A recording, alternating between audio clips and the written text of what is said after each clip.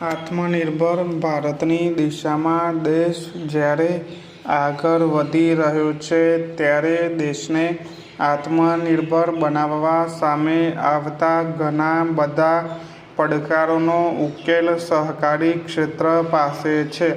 સહકારી ક્ષેત્ર એ આત્મનિર્ભરતાનું શ્રેષ્ઠ મોડલ છે. વડાપ્રધાન શ્રી નરેન્દ્રભાઈ મોદીએ સહકારી ક્ષેત્રને સશક્ત, સક્ષમ અને સ્વાવલંબી બનાવવા આપેલી સહકારથી સમૃદ્ધિની પરિકલ્પનાને સાકાર કરવાના ઉદ્દેશ સાથે દિયોદર સ્થિત બનાસ ડેરી ખાતે મુખ્યમંત્રી શ્રી ભૂપેન્દ્રભાઈ પટેલે પશુપાલકો અને ખેડૂતોના કલ્યાણ અર્થે હાથ ધરાયેલા પાયલટ પ્રોજેક્ટ તથા સહકારી સંસ્થાઓના ₹369 કરોડના વિવિધ વિકાસલક્ષી પ્રકલ્પોના ખાતમુહૂર્ત અને લોકાર્પણની ભેટ ધરી હતી.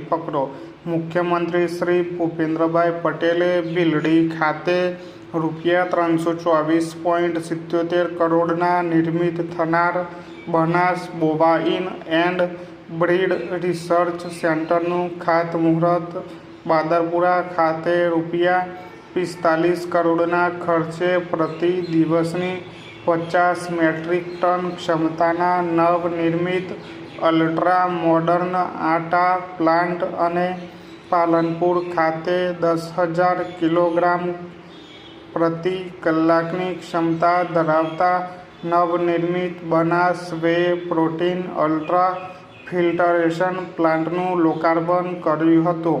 પાલનપુર ખાતે નિર્માણ પામનાર બનાસ બેંક નવીન ઓડિટોરિયમ હોલ અને ખેડૂત ટ્રેનિંગ સેન્ટરનું ખાતમુહૂર્ત તથા બનાસ ડેરીના સંજીવની ખાતર પ્રોડક્ટ, બનાસ ઓર્ગેનિક ખાતર પ્રયોગશાળા અને અમૂલ ઓર્ગેનિક પ્રોડક્ટ સહિત બનાસ બેંક માઇક્રો એટીએમ અને કિસાન ક્રેડિટ કાર્ડ તથા the Gujarat state cooperative bank લિમિટેડના બનાસકાંઠા અને પંચમહાલ જિલ્લાના પાયલટ પ્રોજેક્ટનો શુભારંભ કરવામાં આવ્યો હતો.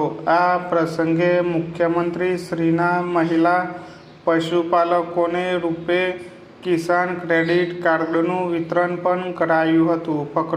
સહકાર ક્ષેત્રના વિકાસને લઈને યોજાયેલા કાર્યક્રમમાં મુખ્યમંત્રી શ્રી ભૂપેન્દ્રભાઈ પટેલે જણાવ્યું કે વડાપ્રધાન શ્રી નરેન્દ્રભાઈ મોદી અને દેશના પ્રથમ સહકારિતા મંત્રી શ્રી અમિતભાઈ શાહના માર્ગદર્શનમાં સહકારથી સમૃદ્ધિ સૂત્રને સાર્થક કરવા રાજ્ય સરકાર કટિબદ્ધ છે. વડાપ્રધાન શ્રી નરેન્દ્રભાઈ મોદીએ ગ્રામીણ અર્થતંત્રને મજબૂત અને વેગવંતુ બનાવવા માટે સહકાર ક્ષેત્ર પર વિશેષ ભાર મૂક્યો છે. દેશમાં આઝાદી પછી પહેલીવાર સહકાર મંત્રાલયની રચના કરી તેનું સુકાન ગુજરાતના પનોતા પુત્ર અને કેન્દ્રીય ગૃહમંત્રી શ્રી અમિતભાઈ શાહને સોંપાયું છે.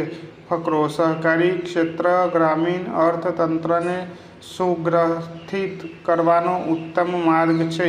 સહકારી ક્ષેત્ર તેના પરંપરાગત વ્યવસાયથી આગળ નીકળે એ માટે વડાપ્રધાન શ્રી નરેન્દ્રભાઈ મોદીએ રિફોર્મ, પરફોર્મ અને ટ્રાન્સફોર્મનો નવતર અભિગમ અપનાવ્યો છે.